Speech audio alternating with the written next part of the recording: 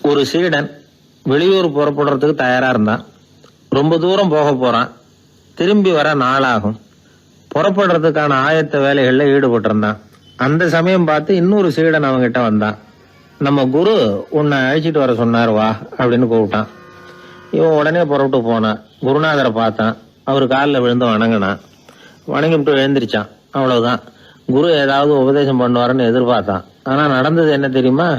குரு அவனுக்கு ஓங்கி ஒரு அடி கொடுத்தார். எதிர்பாராம இந்த அடியை வாங்கினதும் அந்த சீடன் அதிர்ந்து போயிட்டான். பக்கத்துல இருந்த மற்ற சீடர்களும் திகைச்சு போய் நின்னுட்டாங்க. அடி வாங்கின சீடனுக்கு மனசுக்குள்ள குழப்பம். நாம என்ன தப்பு பண்ணணும், புறப்படுற நேரத்துல இப்படி குரு கிட்ட அடி வாங்குற மாதிரி ஆயிட்டுதே அப்படின்னு நினைச்சு மனசுக்குள்ள ரொம்ப வேதனைப்பட்டான். கொஞ்சம் துணிச்சலை வரவழைச்சுக்கிட்டு குருநாதர்கிட்டயே கேட்டுட்டான், சுவாமி, நான் என்ன தப்பு பண்ணினேன்? என்ன இப்படி அடிச்சுட்டீங்களே.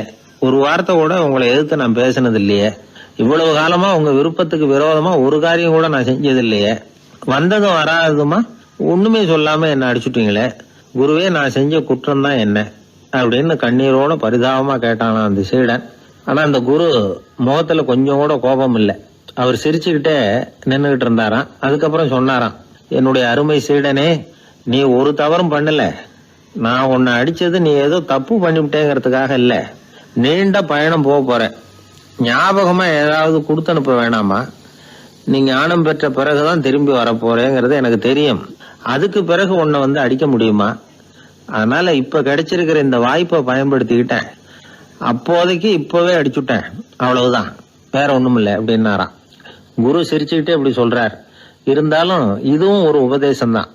அதிர்ச்சிகளால விழிப்படைய வைக்கிறதும் ஒரு வழிதான். இது ஜென் வழி. பெரும்பாலும் அதிர்ச்சியின் மூலமாகவே ஞான தரிசனத்தை அருள்கிறவர்கள் தான் ஜென் குருமார்கள். நம்ம தியானம் தான் ஜென். இந்தியாவிலிருந்து சீனாவுக்கு போய் கொஞ்சம் பேர் மாறி வளம் பெற்று ஜப்பான்ல ஜென் ஆகி வளர்ந்துருக்குது, அவ்வளவுதான். ஜென்கிறது தியானம். எதை நினைச்சும் தியானிக்கிறது இல்ல, எல்லாத்திலையும் தியானம் இருக்கிறதா சொல்லுது ஜென்.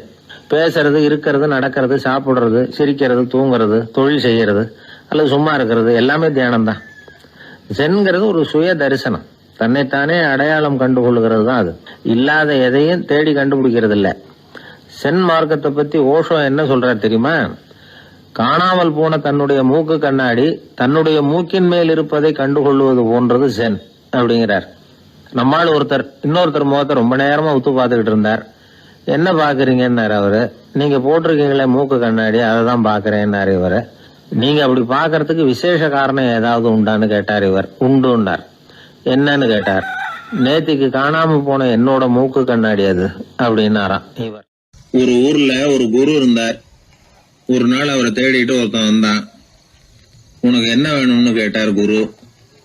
எனக்கு ஞான தெளிவு வேணும், அதுக்கு உங்க உபதேசம் எனக்கு தேவைன்னா.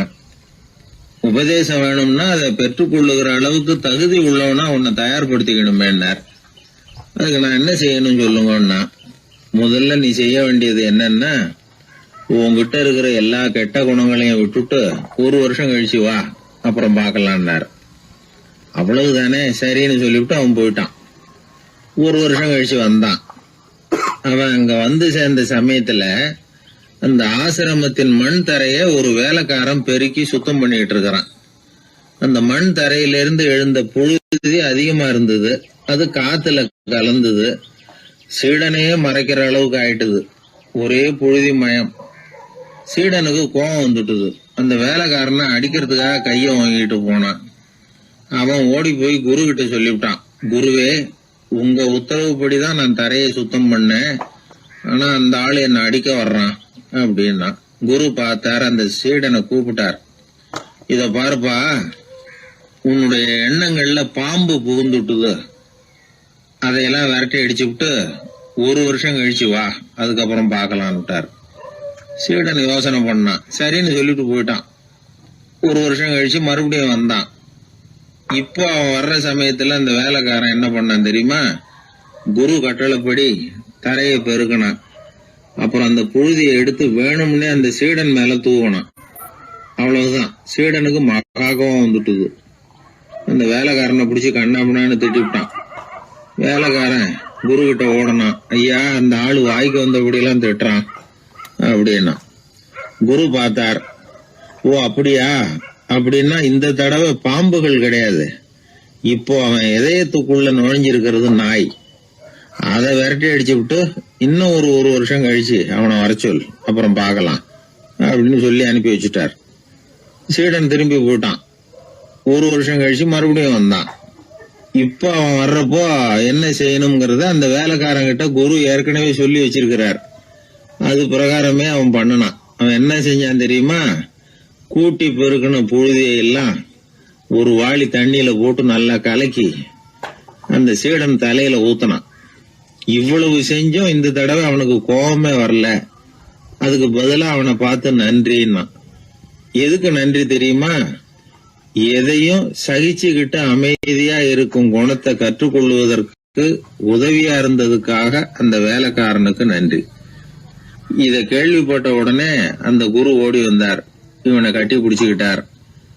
இனிமே நான் உனக்கு உபதேசம் பண்ணலாம், அதுக்கான தகுதி உனக்கு வந்துட்டுதுன்னார். இதுல இருந்து என்ன தெரியுது? ஒருத்தர்கிட்ட உபதேசம் வாங்கணும்னா கூட அதுக்குன்னு ஒரு தகுதி நமக்கு தேவைப்படுது. சகிப்புத்தன்மை ஒவ்வொரு மனிதனுக்கும் தேவைதான். இந்த காலத்துல ஒரு குரு, அவரை தேடி ஒருத்தன் வந்தான்.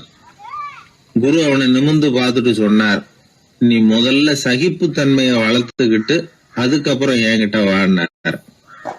இவன் அவரை நிமிர்ந்து பார்த்துட்டு சொன்னான், குருவே, நான் உங்ககிட்ட வந்திருக்கிறதே சகிப்புத்தன்மையை வளர்த்துக்கிறதுக்காகத்தானே அப்படின்னு. மனுநீதி சோழன் வரலாறு நமக்கு தெரியும். அது மாதிரி நீதி தவறாத ஆட்சியாளர்கள் பல பேர் இருந்திருக்கிறாங்க இந்த உலகத்துல. ஹசரத் உமர் பின் கத்தாப் அப்படின்னு ஒருத்தர், இஸ்லாத்தின் 2வது கலீஃபா இவர். அவருடைய ஆட்சி காலத்துல நடந்த ஒரு நிகழ்ச்சி. இந்த மன்னருக்கு ஒரு மகன், அவர் பேரு அபு ஷஹ்மா. அந்த மிசர் நாட்டு கவர்னர் அமர் பின் ஆஸ், அந்த மன்னருடைய மகன் கவர்னர் அவர்களுடைய கவனிப்புல இருந்தார். அந்த சமயத்துல ஒரு நாள் அவர் மதுபானா இருந்தனார். கவர்னருக்கு தெரிஞ்சு போச்சு. அவருக்கு தர்ம சங்கடமா போயிட்டுது. அவர் செஞ்சது மன்னருடைய மகன். கவர்னர் யோசனை பண்ணார். அவர் மெதுவா தன்னுடைய வீட்டுக்கு அழைச்சிட்டு வந்தார்.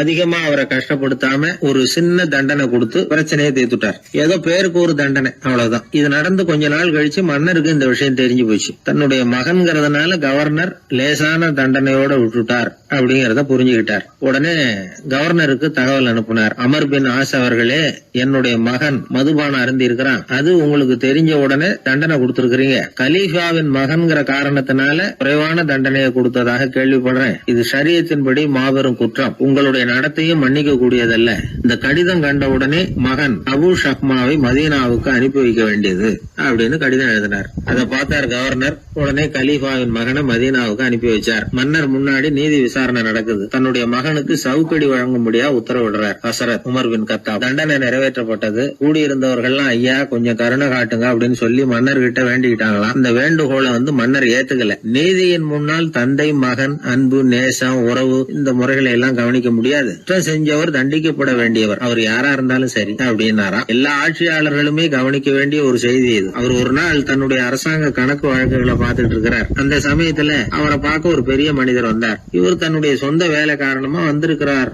அப்படிங்கறத அவர் புரிஞ்சுக்கிட்டார். உடனே அது வரைக்கும் எரிஞ்சுகிட்டு இருந்த விளக்க அணைச்சுட்டு இன்னொரு விளக்க ஏற்றி வச்சுக்கிட்டாராம். இந்த செயலுக்கு என்ன காரணம்னு கேட்டிருக்கிறார் வந்தவர். இதுக்கு அவரு சொன்னார், ஐயா, நீங்க வந்த போது இங்க எரிஞ்சுகிட்டு இருந்தது அரசாங்க விளக்கு, இப்ப எரியறது சொந்த விளக்கு. சொந்த விஷயங்களை பேசுறப்போ அரசாங்க பணத்தை செலவு பண்ணக்கூடாது, அதனாலதான் விளக்க மாத்தினேன் அப்படின்னாராம். இப்படிலாம் பல பேர் இந்த உலகத்துல இருந்திருக்கிறாங்க. ஆனா இப்ப எல்லாம் பல பேர் அப்படி இருக்கிறது இல்ல. ஒருத்தர் அப்படிதான் அரசாங்க விஷயங்களை பார்த்துக்கிட்டு உட்கார்ந்து இருக்கிறார். அந்த சமயத்துல ஒரு பெரிய தொழில் அதிபர் அவரை பார்க்க வந்திருக்கிறார். இவரு சடார்னு எழுந்திருச்சு எரிஞ்சுகிட்டு இருந்த விளக்க அணைச்சுட்டார். எங்கும் ஒரே இருட்டு. ஏன் விளக்க அணைச்சுட்டீங்கன்னு கேட்டிருக்கிறார் வந்தவர். இங்க நடக்கிறது மத்தவங்க கண்ணுல பற்றக்கூடாது அப்படிங்கறதுக்காக தான் விளக்க அணைச்சேன். நீங்க கொண்டு வந்திருக்கிறத அப்படி ஒரு ஓரமா வச்சுட்டு போடுங்க, அதுக்கப்புறமா விளக்க போட்டு நான் எடுத்துக்கிறேன் அப்படின்னாராம் இவர். ஒரு குழந்தை அம்மா கிட்ட போச்சு, அம்மா என்ன தூக்கிக்க. உடனே அந்த அம்மா அந்த குழந்தைய தூக்கி இடுப்புல வச்சுக்கிறாங்க.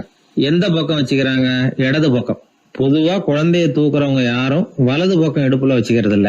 விவரம் தெரியாத சில ஆம்பளைகளை அப்படி தூக்கி வச்சுக்கிட்டு அலையிறது உண்டு. ரொம்ப காலமாவே குழந்தைகளை இடுப்புல இடது பக்கமா வச்சிருக்கிற பழக்கம் தான் இருந்து வந்திருக்குது. இதுக்கு ஆய்வாளர்கள் என்ன காரணம் சொல்றாங்க தெரியுமா? அப்படி இருந்தாதான் குழந்தை சொல்றத குழந்தை நினைக்கிறத தாயினால நல்லா உணர முடியுதாம். இடது பகுதி ஆட்சி பண்றது குறிப்பா காதின் தலைமையாக இருக்கிறது வலது பக்கம் தான். அதனால தாய் குழந்தைக்கு பதில் சொல்லவோ அது என்ன கேக்குதுங்கிறத சீக்கிரமா புரிஞ்சுக்கிட்டு நடந்துக்கவோ அதுதான் சௌரியம்.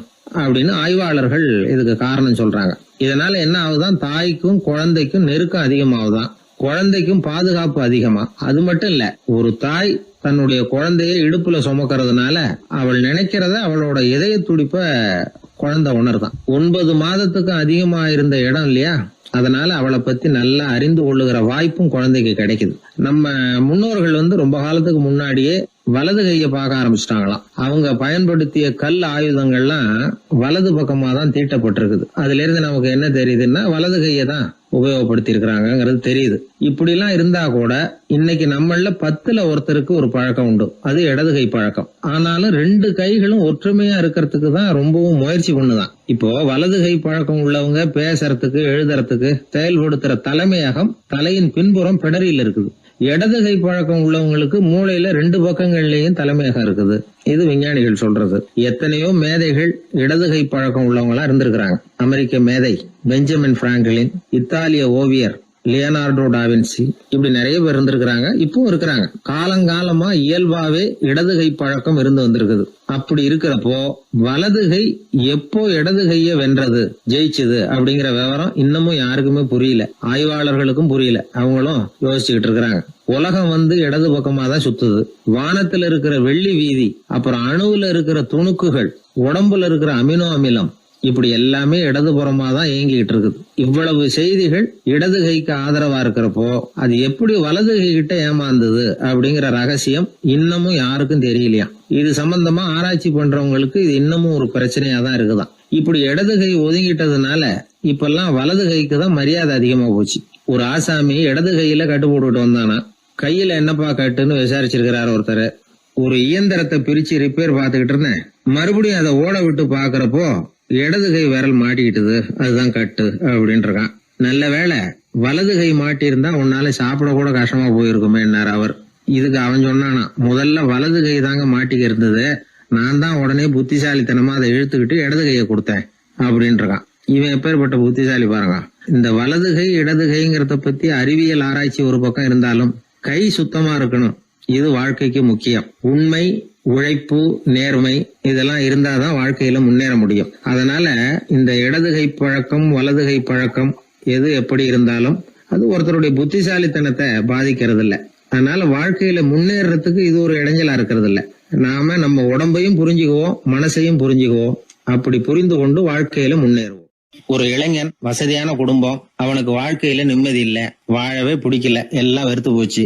என்ன பண்ணலாம்னு யோசனை பண்ணா ஒரு குருவை தேடிட்டு போனான். அவர்கிட்ட தான் வந்த விவரத்தை சொல்லி ஏதாவது வழி சொல்லுங்க சுவாமின்னு கேட்டான். அவரு பார்த்தார், சரி அதுக்கு முன்னாடி உன்னை பத்தி கொஞ்சம் சொல்லு, எவ்வளவு படிச்சிருக்கிற, என்ன தெரியும் உனக்கு அப்படின்னு கேட்டார். சுவாமி, நான் ஒழுங்கா படிக்கல, எதுவும் தெரியாது, ஆனா ஒண்ணு, கொஞ்சம் சதுரங்கம் ஆட தெரியும் எனக்கு, அவ்வளவுதான். குரு கொஞ்சம் யோசனை பண்ணார். பக்கத்துல இருந்த ஒரு சீடனை கூப்பிட்டார். அவங்கிட்ட ஒரு பேரை சொல்லி, நீ உடனே போய் அந்த பிக்ஷுவை இங்க கூப்பிட்டுட்டு வா அப்படின்னார். வரும்பொழுது ஒரு சதுரங்க பலகையும் அதுல விளையாடுறதுக்கான காய்களையும் எடுத்துட்டு வா, அப்படியே நம்ம சீடர்கள் எல்லாரையும் இங்க வர சொல்லு அப்படின்னு சொன்னார். கொஞ்ச நேரத்துல எல்லாரும் வந்து சேர்ந்தாங்க. சதுரங்க பலகையை கொண்டாந்து வச்சாங்க. அந்த பிக்ஷுவும் வந்து சேர்ந்தார். குரு முன்னாடி அடக்கமா நின்னார். குரு அவரை கிட்டத்துல கூப்பிட்டு கொஞ்ச நேரம் சதுரங்கம் ஆடணும்னார். அந்த பிக்ஷுவுக்கு சதுரங்கம்னா என்னன்னு தெரியாது, இருந்தாலும் மறுப்பு எதுவும் சொல்லல. குரு சொன்னார், பிக்ஷுவே, நீர் என்னுடைய சீடர், என்னுடைய பேச்ச மறுக்காதவர், உம்முடைய அடக்கத்தையும் பணிவையும் நான் அறிவேன், எனக்காக உயிரையும் கொடுக்கறதாக சொல்லி இருக்கிறீங்க. இப்போ அதுக்கான வாய்ப்பு வந்திருக்குது. நீங்க இந்த இளைஞனோட சதுரங்கம் ஆடணும். தோத்து போனா இந்த வாளால தலையை சீவி விடுவேன், ஆனா இறந்தாலும் உமக்கு சொர்க்கம் நிச்சயம். நீங்கள் வெற்றி பெற்றுட்டா தோற்று போன இந்த இளைஞனின் தலையை சீவி விடுவேன். சரி, இப்போ நீங்க ஆட ஆரம்பிக்கலாம்னார். ஆட்டம் ஆரம்பமாச்சு. அந்த பிக்ஷு முகத்துல சலனமே இல்ல, சாவை பத்தி கவலைப்பட்டதாவே தெரியல. எதுவும் புரியலன்னாலும் குருவின் கட்டளைங்கிறதுனால ஏதோ ஒரு காயை நகர்த்திட்டு இருந்தார். சுத்தி இருந்த சீடர்கள் முகத்துல திகில், பயம், பாவம், நம்ம பிக்ஷு நிலைமை இப்படி ஆயிட்டுதே அப்படிங்கிற கவலை. குரு கையில பெரிய வாள் பளபளப்பா தயாரா இருக்குது. பிக்ஷு காயை நகர்த்துறது ஆரம்பத்திலேயே ஆச்சரியமா தெரிஞ்சாலும் அவருக்கு சதுரங்கம் பத்தி எதுவுமே தெரியாதுங்கிறது இளைஞனுக்கு புரிஞ்சு போச்சு. அவனுக்கு உற்சாகம் வந்துட்டது. சுறுசுறுப்பா காய்களை நகர்த்த ஆரம்பிச்சான். பிட்சு கொஞ்சம் கொஞ்சமா தோத்துக்கிட்டே வந்தார். சுத்தி இருக்கிற சீடர்கள் முகத்துல சொல்ல முடியாத வேதனை, இளைஞன் முகத்துல மகிழ்ச்சி. நிமிர்ந்து பார்த்தான் எதிரில இருந்த பிட்சுவை. அவர் முகத்தை பார்த்ததும் இவனுக்கு ரொம்ப பாவமா இருந்தது. அந்த முகத்துலதான் எவ்வளவு சாந்தம், எவ்வளவு இனிமை, அவர் கண்கள்ல எவ்வளவு கருணை. இவர் சாகத்தான் வேணுமா? இளைஞன் யோசிக்க ஆரம்பிச்சான். நாம இறந்து போனா யாருக்கும் எந்த இழப்பும் இல்ல, வீணாகி போன தன்னுடைய வாழ்வும் சாவும் யாரையும் பாதிக்க போறதில்ல. ஆனா துறவியும் ஞானியுமான கருணை மிக்க இந்த பிட்சு இறந்தா அது எவ்வளவு பெரிய இழப்பு, அதுக்கு நாம காரணமா இருக்கிறதா அப்படின்னு நினைச்சு பார்த்தான் அந்த இளைஞன். உடனே கண்ணாமண்ணான்னு விளையாட ஆரம்பிச்சுட்டான். அதாவது தான் தோத்து போகணுங்கிறதுக்காகவே. ஆட்டத்தை கூர்ந்து கவனிச்சுக்கிட்டு இருந்த குரு திடீர்னு சதுரங்க பலகையை கழுத்து தள்ளினார். காய்கள்லாம் செதறி போட்டுது. எல்லாரும் திகைச்சு போயிட்டாங்க. யாருக்கும் வெற்றி தோல்வி இல்லைன்னு அறிவிக்கிறேன் குரு. தம்பி, உன்னுடைய மன ஒருமைப்பாட்டை கவனிச்சேன். முழுமையா ஆட்டத்துல மூழ்கி போனதையும் பார்த்தேன். கடைசியில உயிர் தியாகம் பண்ண முடிவெடுத்து தாறுமாறா ஆட ஆரம்பிச்சதையும் கவனிச்சேன். வாழ்க்கை என்னங்கிறதும் எந்த வாழ்க்கை பயனுள்ள வாழ்க்கைங்கிறதும் உனக்கு புரிஞ்சுட்டுது. இப்ப இங்க அதை நீ கத்துக்கிட்ட. உன்னுடைய மனம் பக்குவ நிலை அடைஞ்சுட்டுது. தியாகம் உன்னுடைய இதயத்துல குடி வந்துட்டுது. அது எங்க இருந்தாலும் நல்லதுதான். உனக்குள்ள இருந்துதான் அந்த தியாகம் வந்திருக்கு. அதை நீ அடையாளம் கண்டுபிடிச்சுக்கிட்ட. நீ இனிமே கொஞ்ச காலம் இங்கேயே இருந்துட்டு போகலாம். உன்னுடைய வாழ்வு பயனுள்ள வாழ்வா மாறும் அப்படின்னு சொல்லி அந்த குரு ஆசீர்வாதம் பண்ணார். இந்த காலத்திலயும் ஒருத்தர் அது மாதிரி தன்னுடைய வாழ்க்கையை பயனுள்ளதாக ஆக்கிக்கணும்னு ஆசைப்பட்டார். உடனே சதுரங்கம் ஆட ஆரம்பிச்சார். அப்புறம் சீட்டாட ஆரம்பிச்சார். கொஞ்ச நாள் கழிச்சு அவரை பார்த்த நண்பர் ஒருத்தர் கேட்டார், என்னங்க சீட்டாட ஆரம்பிச்ச பிறகு வாழ்க்கை பயனுள்ளதா ஆச்சா அப்படின்னு கேட்டார். ஆச்சுன்னார் அவர். யாருக்கு, உங்களுக்கான்னு கேட்டார். இல்லைங்க, நான் யாரோட ஆடுனோ அவருக்கு வாழ்க்கை பயனுள்ளதா ஆச்சு அப்படின்னு ஒரு விளக்கம் கொடுத்தாராம். அதனால வாழ்க்கைங்கிறது ரொம்ப நுட்பமான ஒன்று. அந்த நுட்பமான வாழ்க்கையை புரிஞ்சுக்கிட்டு அதுக்கப்புறம் அதை பயனுள்ளதாக மாற்றிக்கொள்ள வேண்டியது மனிதர்களுடைய கடமை. விளையாடுறது வழக்கம். மரத்துக்கு அந்த பையன் பேரில் ஒரு பாசம் உண்டாக ஆரம்பிச்சுட்டுது. பையன் அந்த மரத்தில் உள்ள பூக்களை பறிக்கணும், பழங்களை பறிக்கணும்னு ஆசைப்பட்டான். அதுக்காகவே அந்த மரம் தன்னோட கிளைகளை வளைச்சி அவனுக்கு எட்டுற அளவுக்கு தலையை சாய்ச்சி கொடுக்குது. பையன் பூக்களை பறிக்கிறான். மரம் சந்தோஷப்படுது. மரம் அன்பின் அடையாளம், அதனால் அது கொடுக்கறதுல சந்தோஷப்படுது. மனிதன் ஆணவத்தின் அடையாளம், அதனால் இவன் பறிக்கிறதுல சந்தோஷப்படுறான். பையன் வளர்ந்தான். அந்த மரத்தின் மடியிலேயே படுத்து தூங்கினான். பூக்களை பறித்து மலர் கிரீடம் பண்ணி தலையில் சூடிக்கிட்டான். பழங்களை பறித்தான், சாப்பிட்டான். அதை பார்த்து அந்த மரம் சந்தோஷப்பட்டுது. கொஞ்ச நாளாச்சு. பையன் இன்னும் கொஞ்சம் பெரியவனானான். அந்த மரத்து மேலே ஏறி கிளையில் உட்காந்துக்கிட்டு ஊஞ்சல் ஆட ஆரம்பித்தான். அவனுக்கு சௌகரியத்தை கொடுக்கறதுல மரத்துக்கு ஆனந்தம், மரத்துக்கு அசௌகரியத்தை கொடுக்கறதுல அவனுக்கு ஆனந்தம். இது அன்புக்கும் ஆணவத்துக்கும் உள்ள வித்தியாசம். பையன் இன்னும் கொஞ்சம் வளர்ந்தான். அவனுக்கு கடமை, லட்சியம் எல்லாம் சேர்ந்தது. படித்து பரீட்சை எழுதி பாஸ் ஆக வேண்டியிருந்தது. அதனால் மரத்துக்கிட்ட வர்றதில்லை அவன். ஆனால் மரம் இவனுக்காக காத்துக்கிட்டு இருக்குது. இவன் உலக விஷயங்களில் மூழ்கிட்டான். தற்செயலாக ஒரு நாள் அந்த பக்கமாக போனான். மரம் அவனை பார்த்துது. மறந்துட்டியா என்ன, நான் உன்னை பார்க்கணும்னு ஆவலாக காத்துக்கிட்டு இருக்கேனே அப்படின்னுது. இவன் பார்த்தான். நீ என்ன வச்சிருக்கிற, நான் உங்ககிட்ட ஏன் வரணும், உங்ககிட்ட பணம் இருக்குதா சொல்லு, வர்றேன். ஏன்னா நான் இப்போ பணத்தை தான் தேடிக்கிட்டு இருக்கிறேன் அப்படின்னா. உனக்கு பணம் தானே வேணும், என்னுடைய பழங்களை பறிச்சிக்கோ, அதையெல்லாம் விற்பனை பண்ணு, பணம் கிடைக்கும் அப்படின்னு அந்த மரம். உடனே இவன் மரத்தில் ஏறினா, பழங்களை பறித்தான். பழுக்காத காய்களையும் சேர்த்து பறித்தான். தன்னோட கிளை கொம்புகள் உடைஞ்சா கூட அதுக்காக அந்த மரம் கவலைப்படலை, சந்தோஷப்பட்டது. இவன் பழங்களை பொறுக்கிட்டு அந்த மரத்துக்கு ஒரு நன்றி கூட சொல்லாமல் அவன் பாட்டு போட்டான். அதுக்கப்புறம் அந்த பக்கமே திரும்பலை. பணம் சம்பாதிக்கிறதுலேயே குறியாக இருந்தான்.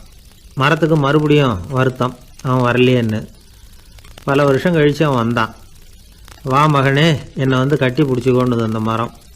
நான் என்ன இன்னமும் சின்ன பிள்ளையா உன்னை கட்டி பிடிச்சிக்கிறதுக்கு அப்படின்னா அவன். நான் இப்போ ஒரு வீடு கட்ட போகிறேன், அதுக்கு உன்னால் உதவ முடியுமா அப்படின்னா. என்னுடைய கிளைகளை வெட்டிக்கோ அப்படின்னுது மரம். கொஞ்ச நேரத்தில் மரத்தை அப்படியே மொட்டை அடிச்சுட்டான். மறுபடியும் கொஞ்ச காலம் கழிச்சு அந்த மனுஷன் வயசாகி ரொம்ப கிழவனாக போட்டான் அவன். அதுக்கப்புறம் வந்தான். நான் தூர தேசங்களுக்கு போய் பணம் சம்பாதிக்கணும்னு ஆசைப்படுறேன். நான் பிரயாணம் பண்ணுறதுக்கு ஒரு படகு தேவை, அதுக்கு நீ உதவி செய்ய முடியுமான்னா. அது ஒன்றும் பெரிய பிரச்சனை இல்லை, என்னுடைய அடிமரத்தை வெட்டிக்கோன்னுது அந்த மரம். அவன் வெட்டினான், படகு செஞ்சான், போயிட்டான். இனிமேல் திரும்பி வருவானோ மாட்டானோ அது தெரியாது. ஆனால் இந்த அடிமரம் அவனுக்காக காத்துக்கிட்டு இருக்கும். ஏன்னா இது அன்பின் அடையாளம், அவன் ஆணவத்தின் அடையாளம். அன்பு கொடுக்கறதுக்கு தான் ஆசைப்படும், ஆணவம் வாங்கிறதுக்கு தான் ஆசைப்படும். இப்படி ஒரு கதையை ஒரு பெரியவர் சொல்லியிருக்கிறார். அதை நாம் சிந்திச்சு பார்க்கணும். எல்லாமே நாற்காலிக்கு ஆசைப்படாதவர்கள் அப்படின்னு சொல்லிட முடியாது. ஏன்னா நிறைய பேர் நாற்காலிக்கு ஆசைப்படுறவங்கள நாம் பார்க்குறோம். உட்கார்றதுக்கு ஒரு நாற்காலி கிடச்சிடாதா, அதோட ஒரு கால் உடஞ்சி முக்காலியாக இருந்தாலும் பரவாயில்ல, ஒரு மாதிரியாக அனுசரித்து உட்காந்துக்கலாம் அப்படின்னு அலையிறவங்க எத்தனை பேர்? இந்த காலத்தில் மட்டும்தான் அப்படின்னு இல்லை, அந்த காலத்துலேயும் இதே மாதிரி ஆசைகள் சபலங்கள் இருந்திருக்கும் போல இருக்குது. பரமசிவன் வசிஷ்டருக்கு ஒரு விசேஷமான ஆசனத்தை கொடுத்துருந்தாராம். சரி, அப்படி என்ன அதில் விசேஷம்னா, வசிஷ்டர் ஒரு குறிப்பிட்ட இடத்துக்கு போகணும்னு நினச்சி புறப்படுறாருன்னு வச்சுக்கோங்க. அவருக்கு முன்னாடியே இந்த ஆசனம் புறப்பட்டுரும். போய் ஒரு வசதியான இடமா பார்த்து இருந்துக்கும். வசிஷ்டர் போவார். அங்கே போனதும் எங்கே உட்காரலாம்ங்கிற இட பிரச்சனையெல்லாம் அவருக்கு ஏற்படுறதில்ல. அதுதான் இவருடைய இருக்கை அங்கே முன்னாடியே போய் காத்துக்கிட்டு இருக்குதே. நேராக போவார், அதில் உட்காந்துக்குவார். மற்ற முனிவர்கள்லாம் இதை பார்த்தாங்க. அவங்களுக்கு பொறாமையாக இருந்துதான். எல்லோரும் ஒரு இடத்துல கூடி இதை பற்றி பேசியிருக்கிறாங்க. என்ன இது, நாமளும் அவரை மாதிரி தானே இருக்கிறோம், இருந்தாலும் நமக்கும் அது மாதிரி ஒரு ஆசனம் கிடைக்கலையே அப்படின்னு யோசனை பண்ணியிருக்காங்க. சரி, நேராக பரமசிவன்கிட்டே போவோம், இதை பற்றி கேட்போம் அப்படின்னு நினச்சிக்கிட்டு போனாங்களாம். பரமசிவனை பார்த்துருக்குறாங்க. ஐயா, நாங்களும் முனிவர்கள் தானே, வசிஷ்டர் பண்ணுறது மாதிரி நாங்களும் உங்களை குறித்து கடும் தவம் பண்ணிக்கிட்டு தானே இருக்கிறோம். அப்படி இருக்கும்பொழுது அவருக்கு மட்டும் ஏன் இந்த விசேஷ சலுகை அப்படின்னு கேட்டிருக்காங்க. அதுக்கு பரமசிவன் சொன்னாராம், முனிவர்களே, உங்கள் கேள்விக்கு நான் பதில் சொல்கிறேன், ஆனால் அதுக்கு முன்னாடி நீங்கள் ஒரு காரியம் பண்ணணும்னாராம். என்ன செய்யணும் சொல்லுங்கன்னு இருக்காங்க. நீங்கள் ஒவ்வொருத்தரும் தனித்தனியாக போய் உங்களை விட உயர்ந்த ஒருத்தரை தேடி கண்டுபிடிச்சி அவருக்கு அதிதி பூஜை பண்ணி அவரை ஒரு மண்டலத்துக்குள்ளே என்கிட்ட அழைச்சிட்டு வந்துருங்க அப்படின்னாராம். சரின்னு எல்லாரும் புறப்பட்டுருக்காங்க. அவங்க போனதுக்கப்புறம் நந்தி தேவனை அழைச்சி வசிஷ்டரை கூப்பிட்டுக்கிட்டு வர சொன்னாராம். அவர் வந்தார், வணங்கினார். வசிஷ்டரே, இன்னையிலேருந்து ஒரு மண்டலத்துக்குள்ளே உங்களை விட தாழ்ந்தவர் ஒருத்தரை தேடி கண்டுபிடிச்சி அவருக்கு அதிதி பூஜை பண்ணி அவரை என்கிட்ட கூப்பிட்டுட்டு வாங்கன்னு விட்டார். சரின்னு இவரும் புறப்பட்டு போயிட்டார். கொஞ்ச நாள் ஆச்சு. முனிவர்கள்லாம் திரும்பி வந்தாங்க. பரமசிவன் முன்னாடி நின்னாங்க. ஐயா, எவ்வளவோ தேடி பார்த்துட்டோம், எங்களை விட உயர்ந்தவர்கள் யாருமே கிடைக்கல அப்படின்னாங்களாம். வசிஷ்டரும் சேர்ந்தார். ஐயா, எவ்வளவோ தேடி பார்த்தேன், என்னை விட தாழ்ந்தவர் யாருமே கிடைக்கல அப்படின்னாராம். அவரே தொடர்ந்து சொன்னார், என்னுடைய மனைவி எனக்கு அடங்கினவ தானே, அவளுக்காவது அதிதி பூஜை பண்ணி அழைச்சிட்டு வந்துடலாமான்னு யோசித்து பார்த்தேன். என்னோட மனசு அதுக்கும் இடம் கொடுக்கல. ஏன்னா அவளோட விரதத்துக்கு முன்னாடி நாம் ஏமாத்திரம் அப்படின்னு யோசித்து பார்த்தேன்.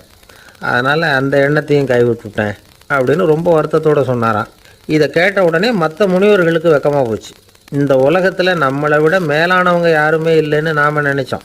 வசிஷ்டரோ தன்னை விட தாழ்வானவங்க யாருமே இல்லைன்னு நினைக்கிறார். பரமசிவன் ஏன் அந்த ஆசனத்தை அவருக்கு மட்டும் கொடுத்தார் அப்படிங்கிற கேள்விக்கான பதில் அவங்களுக்கு கிடச்சிட்டு தான். இந்த காலத்தில் நாம் எப்படி நினைக்கிறோம்னா, எல்லாரும் நம்மளை விட மட்டமானவங்கன்னு நினைக்கிறோம். அதனால் நாம் மட்டும் நாற்காலியில் உட்காந்தா போதும் அப்படின்னு நினைக்கிறோம். ஏமாந்து போனவங்க சந்தர்ப்பம் பார்த்து காலை வாரி விட்டுறாங்க, கீழே விழுந்து காலை உடச்சிக்கிறோம். அதுதான் இன்றைக்கி நடக்கிறது. ஒரு அம்மா தன்னோட வீட்டுக்காரரை ஒரு மனோதத்துவ டாக்டர்கிட்ட அழைச்சிட்டு போனாங்களாம். என்ன ப்ராப்ளம்னு கேட்டிருக்கார் டாக்டர். எங்கள் வீட்டுக்காரர் அடிக்கடி நாற்காலியில் உட்காந்து காலை உடச்சிக்கிறார் அப்படின்னாங்களாம். அப்படின்னா அந்த நாற்காலியில் தான் ஏதோ கோளாறு அப்படின்னாரான் டாக்டர். அப்படி இருக்க முடியாது டாக்டர் அப்படின்னாங்களாம் அந்த அம்மா. அது எப்படி அவ்வளோ உறுதியாக சொல்கிறீங்கன்னு கேட்டிருக்கார் அந்த டாக்டர். எங்கள் வீட்டில் நாற்காலியே கிடையாது டாக்டர், இவர் இருக்கிறதா நினச்சிக்கிட்டு உட்கார்றார், அதுதான் ப்ராப்ளம். ஒரே ஒரு ஊரில் ஒரு ராஜா இருந்தார், ரொம்ப நல்லவர். ஒரு நாள் அரண்மனையில் விசாரணை நடந்துக்கிட்டு இருக்குது. அதில் ஒரு வழக்கு. ஒரு விவசாயி புகார் கொடுக்குறார். என்ன புகார்னா, அவர் வயலில் ஆடுகள் மேய்ஞ்சி பயிரை அழிச்சுட்டுது. நிறைய உழைச்சி செலவு பண்ணி பயிரை உண்டாக்கி வச்சுருந்தேன், எல்லாம் போயிட்டுது. இனிமேல் நான் என்ன செய்கிறது, நீங்கள் தான் சரியான தீர்ப்பு வழங்கணும் அப்படின்னார் அந்த விவசாயி. அந்த ஆடுகளுக்கு சொந்தக்காரர் யாருன்னு கண்டுபிடிச்சி அரண்மனைக்கு அழைச்சிட்டு வாங்கன்னு உத்தரவு போட்டார் ராஜா. சேவகர்கள் போனாங்க, ஆளை கண்டுபிடிச்சாங்க, கூப்பிட்டுக்கிட்டு அரண்மனைக்கு வந்துட்டாங்க. ராஜா விசாரணை பண்ணார். அப்புறம் விசாரித்து முடிச்சுவிட்டு தீர்ப்பு வழங்கினார். இந்த விவசாயி அடைந்திருக்கிற இழப்புக்கு ஈடாக உன்னுடைய ஆடுகளை அவங்ககிட்ட கொடுத்துட வேண்டியது அப்படின்னு சொல்லிவிட்டார். உன்கிட்ட இருக்கிற ஆடு பூரா அவன்கிட்ட கொடுத்துரு, அந்த ஆட்டுனால் ஏற்பட்ட இழப்பு சரியாக போகட்டும் அப்படின்னு தீர்ப்பு வழங்கிட்டார். அந்த மன்னருடைய மகன் இதை பார்த்துக்கிட்டே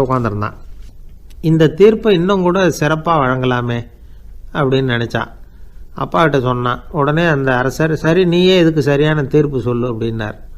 அந்த இளவரசன் தீர்ப்பு சொல்கிறான். அவன் சொன்ன தீர்ப்பு என்னன்னா, உங்ககிட்ட இருக்கிற ஆடுகள் எல்லாத்தையும் 1 வருஷ காலத்துக்கு அந்த விவசாயிகிட்ட ஒப்படைச்சிட வேண்டியது. அந்த 1 வருஷத்துக்குள்ள அந்த ஆடுகள் போடுற குட்டிகள், பால், எரு எல்லாம் விவசாயம் எடுத்துக்க வேண்டியது. 1 வருஷத்துக்கு அப்புறம் உங்களுடைய ஆடுகளை நீங்களே திருப்பி வாங்கிக்க வேண்டியது. இதுதான் இளவரசன் சொன்ன தீர்ப்பு. இது சரியான தீர்ப்பு தான். இனிமேல் என்னுடைய அரச பொறுப்புகளை இளவரசர் வசம் ஒப்படைக்கிறேன் அப்படின்னு சொல்லி ஒப்படைச்சுட்டாராம். அதாவது தாவூத் நபி, சுலைமான் நபி இவர்களுடைய சரித்திரத்தில் இந்த சம்பவம் காணப்படுறதாக ஒரு நண்பர் சொன்னார். ஒரு தண்டனையை பெறுகிறவன் அதுக்கு பிறகு சமூகத்தில் நல்ல விதமாக வாழறதுக்கு வாய்ப்பு இருக்கிறது மாதிரி அமையணும் தீர்ப்பு. அதுக்கு இது ஒரு உதாரணம். சில தீர்ப்புகள் எப்படி அமைஞ்சு விடுதுன்னா, ஒரு தண்டனையை அனுபவித்து முடித்தவன் அதுக்கப்புறம் அவன் இந்த சமூகத்தில் நல்லவனாக வாழறதுக்கு நினச்சா கூட அதுக்கு தகுதி இல்லாதவன் அப்படிங்கிற அளவுக்கு சூழ்நிலை அமைஞ்சிருது. இது சிந்திக்க வேண்டிய ஒரு செய்தி. இன்னொரு ஊரில் ஒரு ராஜா இருந்தார். அவர் ஒரு நாள் ஒரு போட்டி வச்சார். என்ன போட்டின்னா, அரண்மனை வாசலில் ஒரு பெரிய நீச்சல் குளம், அதில் நிறைய விஷப்பாம்புகள். எந்த இளைஞன் துணிச்சலாக அதில் நீச்சல் குளத்தில் குதித்து நீந்தி கரையேறி வர்றானோ அவனுக்கு 100 ஏக்கர் நிலம் பரிசாக வழங்கப்படும். அது வேணாம்னா 1000 ஆடுகள் பரிசாக வழங்கப்படும். அதுவும் வேணான்னா என்னுடைய மகளை கல்யாணம் பண்ணிக்கலாம். இதுதான் மன்னருடைய அறிவிப்பு. பரிசுலாம் நல்லா தான் இருக்குது. இருந்தாலும் பாம்புகள் உள்ள குளம்ங்கிறது நல்லா இல்லையே. அதனால் யாரும் அதில் குதித்து நீஞ்சறதுக்கு முன் வரல. இருந்தாலும் திடீர்னு ஒரு இளைஞன் அந்த நீச்சல் குளத்தில் குதித்தான். நீந்தினா ஒரு வழியாக கரையேறி வந்துட்டான். மன்னருக்கு ரொம்ப மகிழ்ச்சி. நீ தான் தைரியமான இளைஞன், வா இப்படின்னு கூப்பிட்டார். கிட்ட வந்தான். அந்த இளைஞன் தண்ணீர் சொட்ட சொட்ட நிற்கிறான். சரி, உனக்கு 100 ஏக்கர் நிலம் வேணுமான்னு கேட்குறார். வேண்டாங்கிறான். சரி, அப்படின்னா 1000 ஆடுகள் வேணுமான்னு கேட்குறார். அதுவும் வேணாங்கிறான். ஓ, அப்படின்னா என் பொண்ணை கல்யாணம் பண்ணிக்கிறியா அப்படின்னு கேட்குறாரு. அதுவும் வேணாங்கிறான். ராஜாவுக்கு ஒன்றும் புரியல. அப்படின்னா உனக்கு என்ன தான் வேணும் அப்படிங்கிறார். என்னை பிடிச்சி இந்த குளத்தில் தள்ளி விட்டவன் யாருங்கிறது எனக்கு தெரியணும் அப்படின்னா. 1944 வருஷத்துல ஒரு நாள் மொரார்ஜி தேசாய் எரவாடா சிறையில் இருந்தார். காவல்துறை உயர் அதிகாரி ஒருத்தர் வர்றார். மொரார்ஜி தேசாய சிறை அதிகாரி அலுவலகத்துக்கு அழைச்சிட்டு போறார். சிறை அதிகாரி ஒரு தகவலை சொல்றார். உங்க நண்பர் மங்கள்தாஸ் பக்வாசா அப்படிங்கிறவர் நாசிக் சிறையில அடைக்கப்பட்டிருந்தார். அவருக்கு உடல் நலம் ரொம்ப பாதிக்கப்பட்டதுனால அவரை சிறையிலிருந்து பம்பாயில உள்ள ஹரிகிருஷ்ணன் தாஸ் மருத்துவமனைக்கு கொண்டுகிட்டு போயிருக்கிறாங்க. அவரு உங்களை பார்க்கணும்னு ரொம்ப ஆவலோட இருக்கிறார். அதனால நீங்க பரோல்ல போய் பாத்துட்டு வாங்களே அப்படின்னார். நிபந்தனையோட போய் பாத்துட்டு வரலாம்னார். தியாக செம்மல்கள் பரோல்ல செல்றதில்ல அப்படிங்கிற உறுதியோட தான் சிறைச்சாலைக்கே வருவாங்க. இப்படி இருக்கிறப்போ மொரார்ஜி மட்டும் பரோல்ல போயிட்டு வர்றதுக்கு எப்படி சம்மதிப்பார்? உயிர் நண்பரின் உயிர் ஆடுது அப்படிங்கறத கேட்டதும் உடனே போய் பார்க்கணும்னு ஆவல் தான். இருந்தாலும் வரன்முறையை மீறி போய் பாக்குறதுன்னா அது தேச பக்தியையே அவமானப்படுத்துறது மாதிரி ஆகும் அப்படிங்கறத அவர் உணர்ந்தார். அதனால நான் பரோல்ல போகிறதுக்கு நான் தயாரா இல்ல அப்படின்னு சொல்லிவிட்டாராம். நண்பருடைய கடைசி ஆசைய நிறைவேற்றுறது உங்க கடமை இல்லையா அப்படின்னு கேட்டிருக்காரு சிறை அதிகாரி. கடமை தான், அதே சமயம் என்னுடைய கடமையை காப்பாத்துறதும் முக்கியமாச்சே அப்படின்னாரா இவர். அதுக்கப்புறம் அந்த அதிகாரி நிபந்தனை இல்லாமலே மொரார்ஜியை வெளியில அனுப்புறதுக்கு சம்மதிச்சாராம். அப்படி இருந்தும் மத்த நண்பர்களை கலந்துகிட்டு தான் மொரார்ஜி வெளியில புறப்பட்டாராம். பம்பாய்க்கு போனார். படுக்கையில நண்பரை சந்திச்சார். அவர் ரொம்ப மோசமான நிலைமையில இருந்தார். உடல்நிலை கவலைக்கிடம்னு தான் டாக்டர்களும் சொன்னாங்க.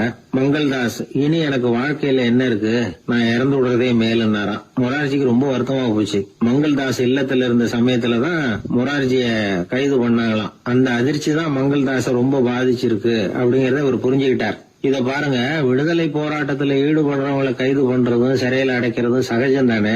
அன்னைக்கு உங்க வீட்டுல இருந்தப்போ நான் கைது செய்யப்படலைன்னாலும் இன்னொரு இடத்துல நான் கைது செய்யப்பட்டுதான் இருப்பேன். அதனால அதை பத்தி நீங்க ஏன் வேதனைப்படணும்? நீங்க தைரியமா உறுதியா இருக்கணும். அது மட்டும் இல்ல, அது வரைக்கும் மருந்தே சாப்பிடாம இருந்த மங்கள்தாஸ மருந்து சாப்பிட வச்சாராம். 2 நாள் அவர் பக்கத்திலே இருந்தார்.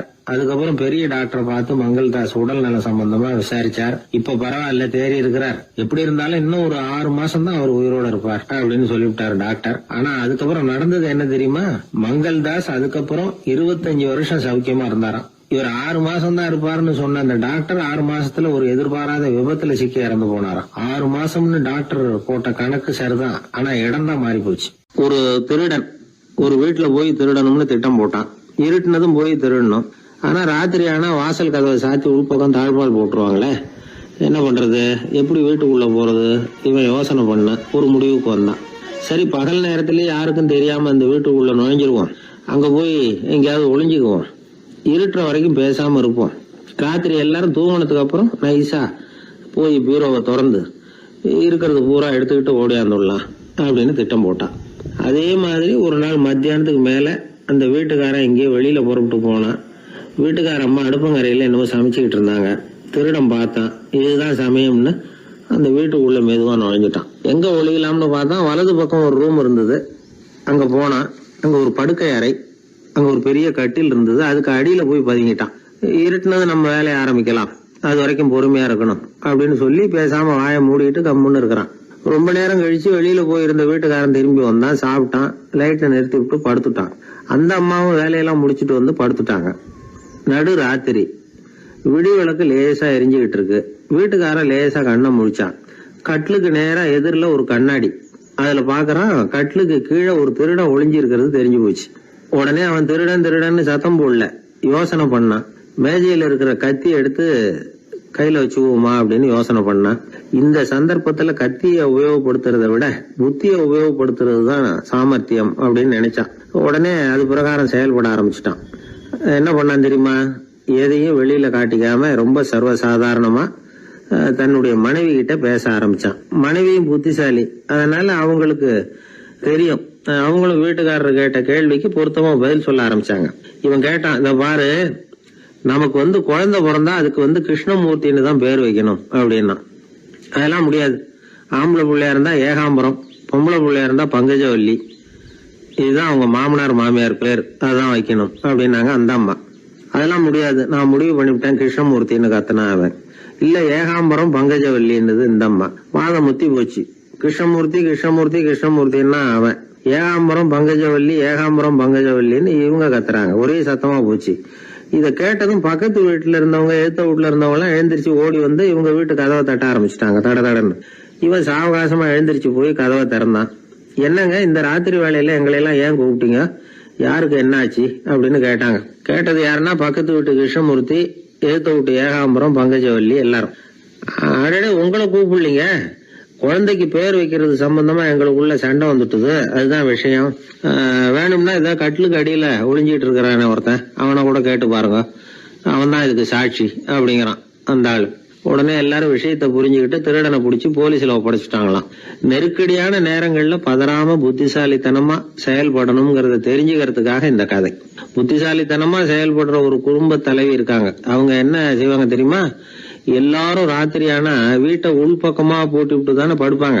ஆனா அந்த அம்மா என்ன பண்ணுவாங்கன்னா, வீட்டை வெளிப்பக்கமா ஒரு பூட்டு போட்டு பூட்டி விடுவாங்க. எழுத்த வீட்டுக்காரங்க கிட்ட சொல்லி தினமும் இப்படி பூட்டி விட சொல்றது பழக்கம். ஏங்க அப்படி செய்யறீங்க, திருடன் சுலபமா உள்ளே வந்துடக்கூடாதுங்கிறதுக்காகவா அப்படின்னு கேட்டாங்க. இல்லைங்க, சுலபமா வெளியில போயிடக்கூடாதுங்கிறதுக்காக அப்படின்னாங்க. என்னங்க சொல்றீங்க அப்படின்னு கேட்டாங்க. ஆமாங்க, இவருக்கு அந்த பழக்கம் உண்டு அப்படின்னு தன்னுடைய வீட்டுக்காரரை காட்டினாங்க.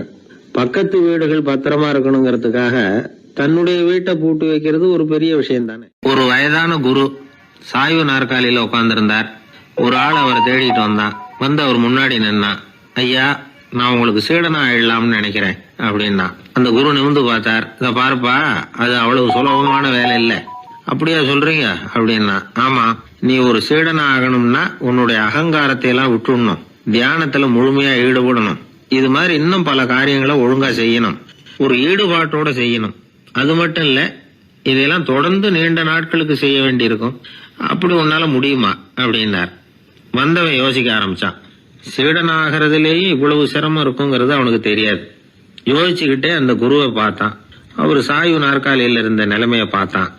சரிங்க சுவாமி, சீடனாகிறது இவ்வளவு கஷ்டம்னா அது வேணாம், அதுக்கு பதிலா உங்களை மாதிரி ஒரு குருவா ஆயிடுறேனே அப்படின்னா. குரு சிரிச்சார். நீ சொல்றது சரிதான், குருவாகிறது சுலபமான வேலைதான் அப்படின்னார். இதை கேட்டதும் அந்த ஆளுக்கு ஏகப்பட்ட சந்தோஷம். கஷ்டப்படாம குருவாயிடலாம் போல இருக்குதே அப்படின்னு கணக்கு போட்டான். பிறகு அந்த குரு சொன்னார், நீ குருவாயிட்டா பல சீடர்களுக்கு தலைவனா ஆகணும், அவங்கள வழி நடத்தி செல்லணும். அது கஷ்டமாச்சே. ஏன்னா பல பேர் கோவப்படுறவங்களா இருப்பாங்க, சில சமயம் சண்டை கூட போட்டுக்குவாங்க, சொல்றத கேட்க மாட்டாங்க, பணிவு இருக்காது. இப்படிப்பட்டவங்களை எல்லாம் சமாளிக்கிறதுங்கிறது ரொம்ப ஆபத்தான விஷயமாச்சேன்னார். என்ன சுவாமி, இப்ப கொஞ்ச நேரத்துக்கு முன்னாடி தானே சொன்னீங்க குருவா ஆகிறது சுலபம்னு அப்படின்னா. ஆமா, அது சரிதான். இப்ப என்னையே பாரு, நான் எவ்வளவு ஓய்வா இருக்கிறேன். ஆனா ஒண்ணு, ஒருத்தன் பல சீடர்களை வழி நடத்தி செல்லணும், அல்லது ஒரு சீடன் ஆயிடணும். இப்படி ரெண்டுல ஒண்ணு ஆனாதான் நல்லது அப்படின்னாரு அவரு. அவன் இப்ப ரொம்ப குழம்பி போயிட்டான். ஏன்னா மாத்தி மாத்தி ஒவ்வொரு விதமா சொல்றாருன்னு. சுவாமி, நீங்க சொல்றத பார்த்தா ரெண்டுமே கஷ்டமான காரியமா தான் தோணுது. என்ன முடிவு எடுக்கிறதுன்னு எனக்கு புரியல.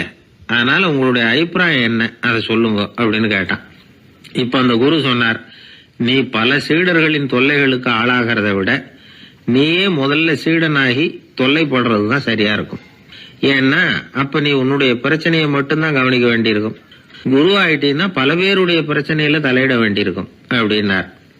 ஒரு உண்மையான குருவுக்கும் சீடனுக்கும் உள்ள உறவுங்கிறது ரொம்ப பயன் கருதாத ஒரு அன்பு கலப்பு. ரெண்டு இயற்கையான முழுமை நெருங்கி ஒன்றோட ஒன்று கலக்கிறது.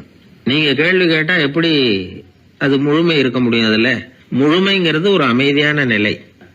இந்த காலத்து குரு சீடர்கள்லாம் வேற மாதிரி. ஒரு குரு தன் சீடன் கிட்ட சொன்னார், இந்த பாருப்பா, நீ இந்த உலகத்துல எதுக்கும் பிரயோஜனப்பட மாட்ட, பன்றி மேய்க்கிறது கூட லாய்க்கில்லை அப்படின்னார். அப்படின்னா ஒண்ணு செய்யறேன் அப்படின்னு ஆனா சீடன்.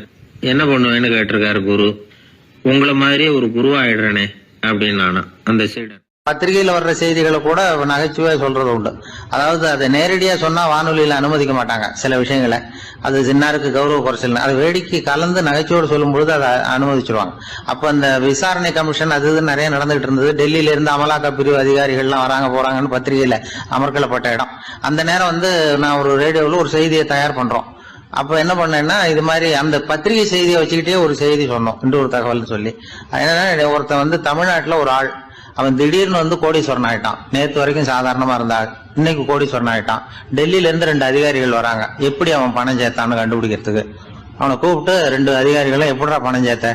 நான் ஒன்னும் தப்பான வழியில பணம் சேர்க்கல சார், நான் பந்தயம் கட்டியே பணக்காரன் ஆயிட்டேன். பந்தயம் கட்டி எப்படிடா பணக்காரன் ஆக முடியும் அப்படின்னா, நீங்க நம்புங்க சார், நான் பந்தயம் கட்டி தான் பணக்காரன், தப்பான வழியில சேரல சார். பந்தயம் கட்டி எப்படிடா கோடீஸ்வரன் ஆனே அப்படின்னா, நாங்க நம்ப முடியாதுன்னு இருக்கான் விசாரிக்க வந்தவன். அப்படின்னா உங்ககிட்ட ஒரு பந்தயம் கட்டட்டுமான் இருக்கான் விசாரிக்க வந்தவன்ட்டிய. என்னடா பந்தயம் அப்படின்னா, ஒண்ணுமில்ல சார், இது என் கண்ணு, இது என் பல்லு, என் கண்ணை என் பல்லாலேயே கடிக்கிறேன், எவ்வளவு பந்தயம்? விசாரிக்க வந்தா 100 ரூபாய் எடுத்து வச்சான், இதை ப்ரூவ் பண்றான்னு. அப்படியே கண்ணை எடுத்துட்டான். அது பளிங்கு கண்ணு, ஏற்கனவே ஒரு கண்ணு பளிங்கு கண்ணு வச்சுனா எடுத்து கடிச்சு விட்டான். இது விசாரிக்க வந்தாலும் 100 ரூபாய் விட்டுட்டு நிக்கிறான். எப்படி பணம் சேர்த்தான்னு வந்தவன்.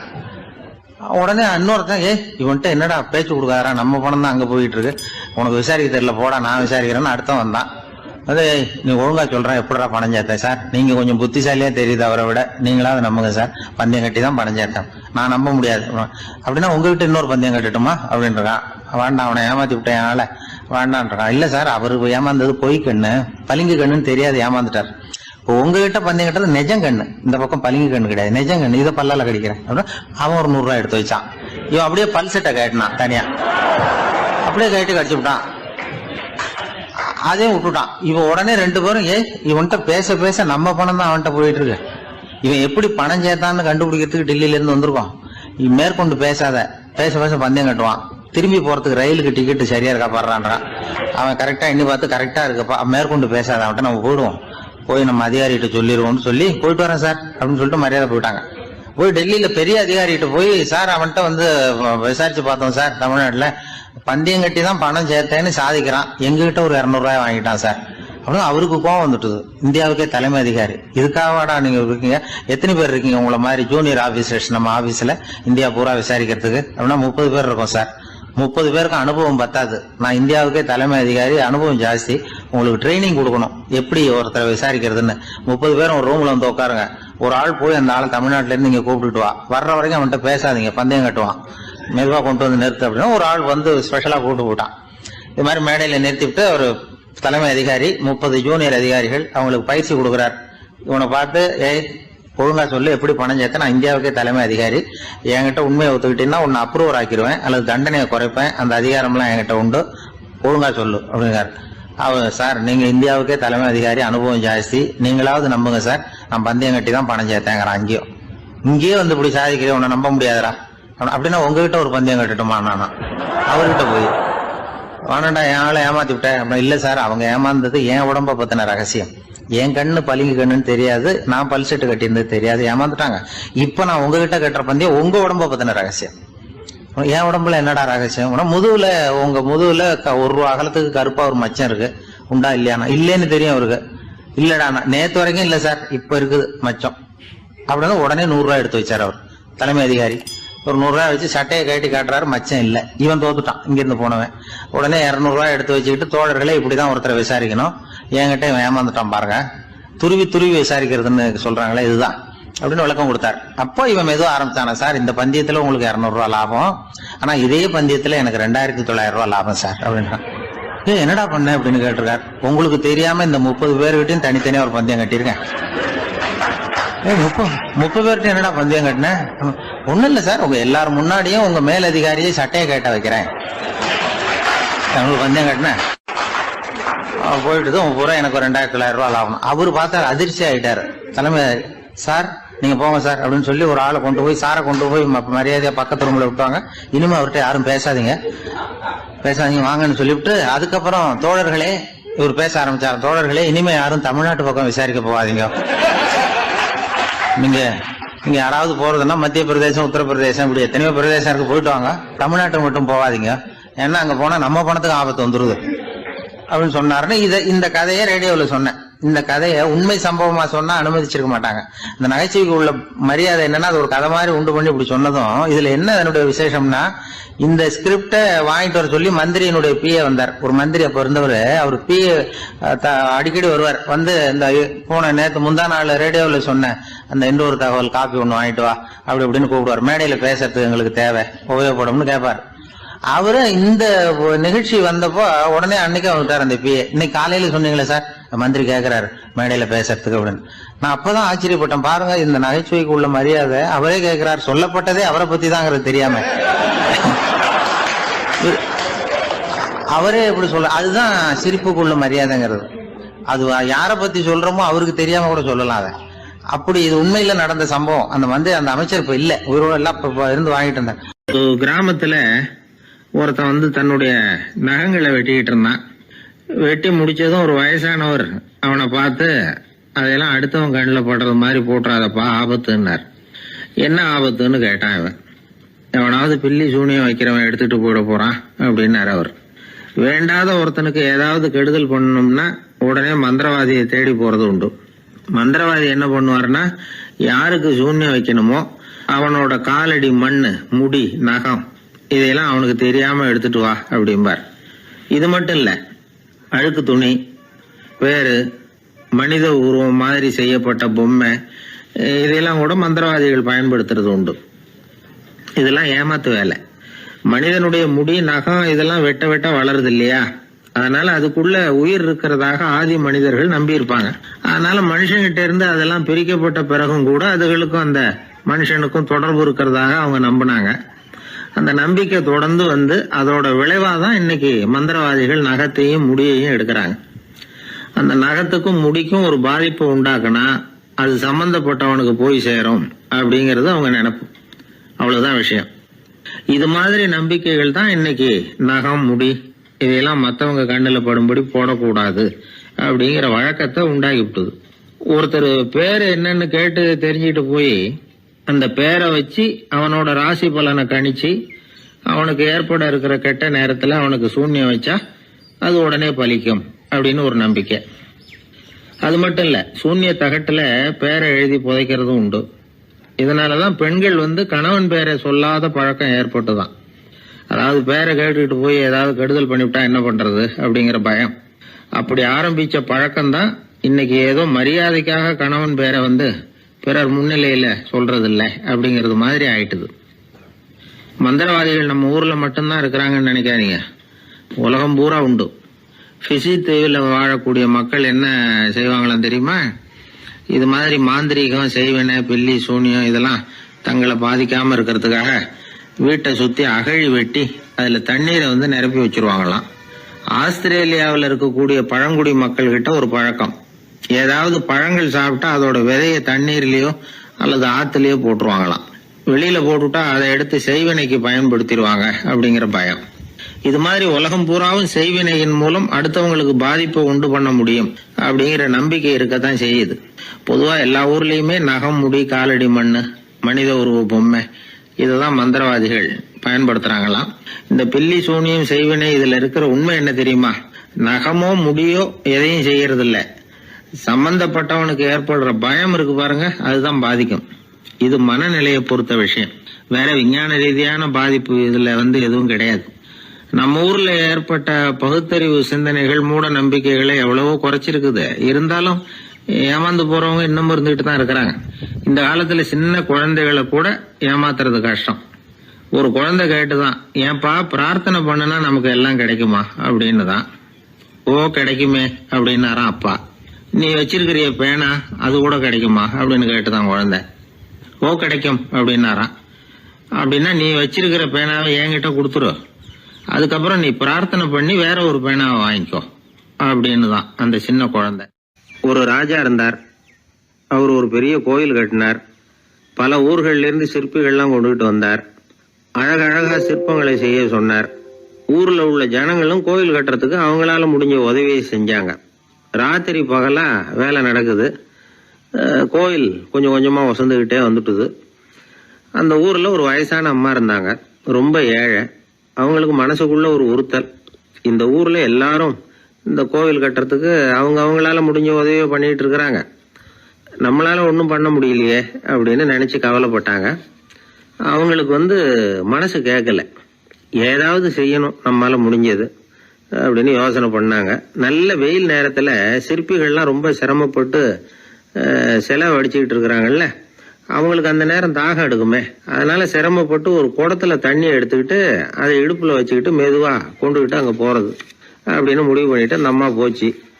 அங்க போய் வேலை செய்யறவங்களுக்கு தாகம் எடுக்கிற போலாம் ஒரு கோவலையில தண்ணியை எடுத்து கொடுத்துக்கிட்டு இருக்கிறது.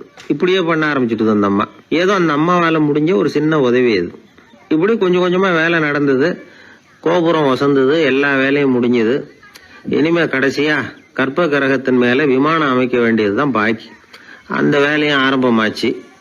அந்த சிற்பிகள்லயே அனுபவசாலியான ஒருத்தர் இந்த அம்மாவை தேடிட்டு வந்தார். பாட்டி, உங்ககிட்ட இருக்கிற ஏதாவது ஒரு பொருளை கொடுங்க, அந்த விமானத்துல வைக்கலாம் அப்படின்னு நாங்க நினைக்கிறோம் அப்படின்னார். இந்த அம்மாவுக்கு ஒன்றும் புரியல. ஏதாவது இருந்தாவில கொடுக்கலாம், எதுவும் இல்லையே, என்ன பண்றது யோசனை பண்ணாங்க. இத பாருப்பா, என்கிட்ட என்ன இருக்கு, இந்த வாசப்படியில கிடக்குது, இந்த கல்லு தான் இருக்குது, வேணும்னா இத எடுத்துட்டு போங்க அப்படின்னாங்க. உடனே அந்த கல்லை பேத்து எடுத்துட்டு போயிட்டாங்க அவங்க. அங்க போய் பார்த்தா என்ன ஆச்சரியம், அந்த விமானத்து உச்சியில கலசங்களை அமைக்கிறதுக்கான பிரம்ம எந்திரத்தை மூடுற கருங்கல் ஒண்ணு தேவையா இருந்தது. இவங்க எடுத்துட்டு போன கல்லு அதுக்கு ரொம்ப பொருத்தமா அமைஞ்சு போச்சு. ஏதோ அதுக்காகவே அளவெடுத்து செஞ்சது மாதிரி அமைஞ்சுட்டுது. அந்த கல்லையே அங்க அப்படியே பதிச்சுட்டாங்க.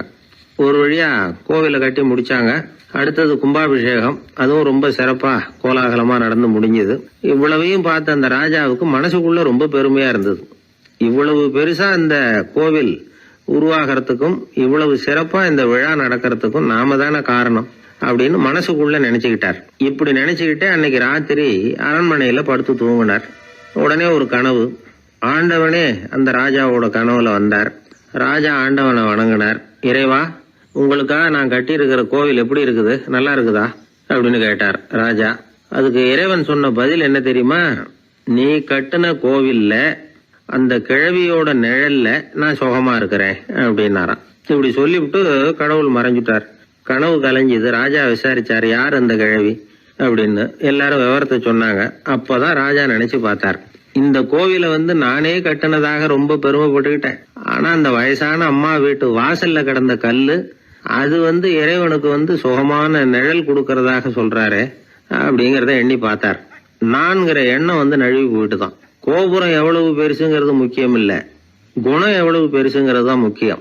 அந்த வயசான அம்மா நம்ம நாட்டுல வாழறது தான் நமக்கு உண்மையான பெருமை அப்படின்னு நினைச்சாராம் ராஜா. இந்த காலத்திலயும் ஒரு ஊர்ல ஒரு கோவில் கட்டினாங்க. எல்லா ஜனங்களும் அவங்களால முடிஞ்சதை செஞ்சாங்க. நம்மால் ஒருத்தன் அந்த திருப்பணி குழு தலைவரை போய் பார்த்தான். நான் ஏதாவது ஒத்துழைக்கணுமா ஐயா அப்படின்னு ரொம்ப பணிவா கேட்டான். திருப்பணி குழு தலைவர் சொன்னார், இத பாருப்பா, இந்த கோவில் கட்டி முடிக்கிற வரைக்கும் உன்னுடைய ஒத்துழைப்பு எதுவும் தேவையில்லை. கட்டி முடிச்சு கும்பாபிஷேகம் ஆனதுக்கு அப்புறம் தான் உன்னுடைய ஒத்துழைப்பு ரொம்ப அவசியம் அப்படின்னார்.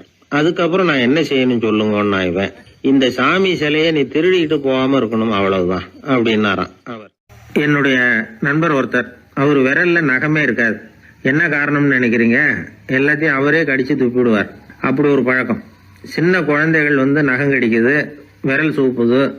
இதுக்கு என்ன காரணம் தெரியுமா? குழந்தைகள் மனசுல ஏற்படக்கூடிய ஒருவித பாதுகாப்பின்மை, இன்செக்யூரிட்டி, அல்லது தான் சரியா கவனிக்கப்படல அப்படிங்கிற எண்ணத்தோட வெளிப்பாடு தான் அது அப்படிங்கிறாங்க டாக்டர்கள். சில இடங்கள்ல 2வது குழந்தை பிறந்த உடனே பெரியவர்கள் கவனம் முதல் குழந்தைகிட்ட இருந்து கொஞ்சம் விலகி 2வது குழந்தைகிட்ட போயிடும். அந்த சமயத்துல முதல் குழந்தைக்கு இந்த பழக்கம் ஏற்படுறதுக்கு வாய்ப்பு உண்டாம். சில குடும்பங்கள்ல கணவன் மனைவி 2 பேருமே வேலைக்கு போறவங்களா இருப்பாங்க. குழந்தை ரொம்ப நேரத்துக்கு பெத்தவங்களை பிரிஞ்சு இருக்க வேண்டிய சூழ்நிலை இருக்கும். குழந்தை ஒரு பாதுகாப்பின்மையை உணர ஆரம்பிக்கும். இந்த பழக்கம் வந்துடும். அதனால ஒரு குழந்தைக்கு தான் ஒதுக்கப்படுறோம் அப்படிங்கிற நினைப்பு வராம பாத்துக்கணும். வளர்ந்த குழந்தைகளும் நகம் கடிக்கும். வயசானவங்க கிட்டையும் இந்த பழக்கம் இருக்கும். இது ஒரு மனச்சிதைவின் வெளிப்பாடு அப்படிங்கிறாங்க மனநல நிபுணர்கள்.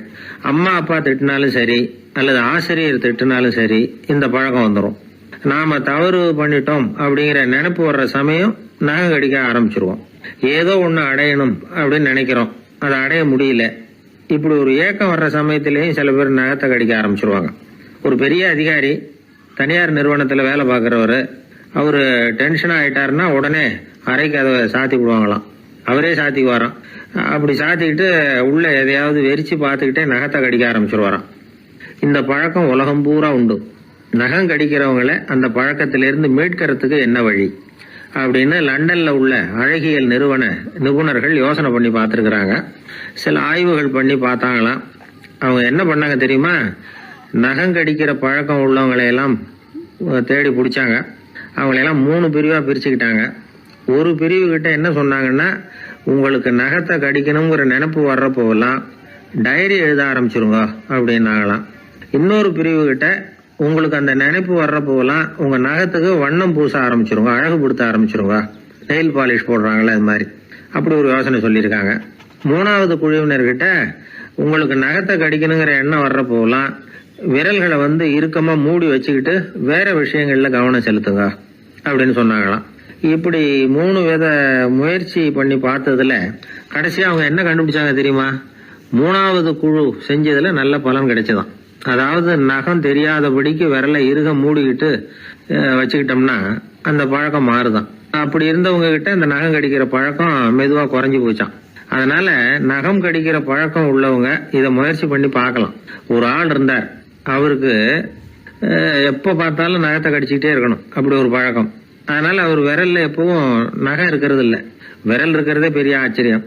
அவருக்கு திடீர்னு உடம்புல அரிப்பு, சொரிஞ்சிக்க முடியல, அரிப்பும் நிக்கல. 1 வாரம் தொடர்ந்து கஷ்டப்பட்டார். கடைசியா ஒரு டாக்டர் கிட்ட ஓடினார். அவர் எல்லாத்தையும் விவரமா கேட்டுக்கிட்டு கடைசியா கொஞ்சம் மாத்திரை கொடுத்து வேலைக்கு ஒண்ணு சாப்பிடு அப்படின்னாராம்.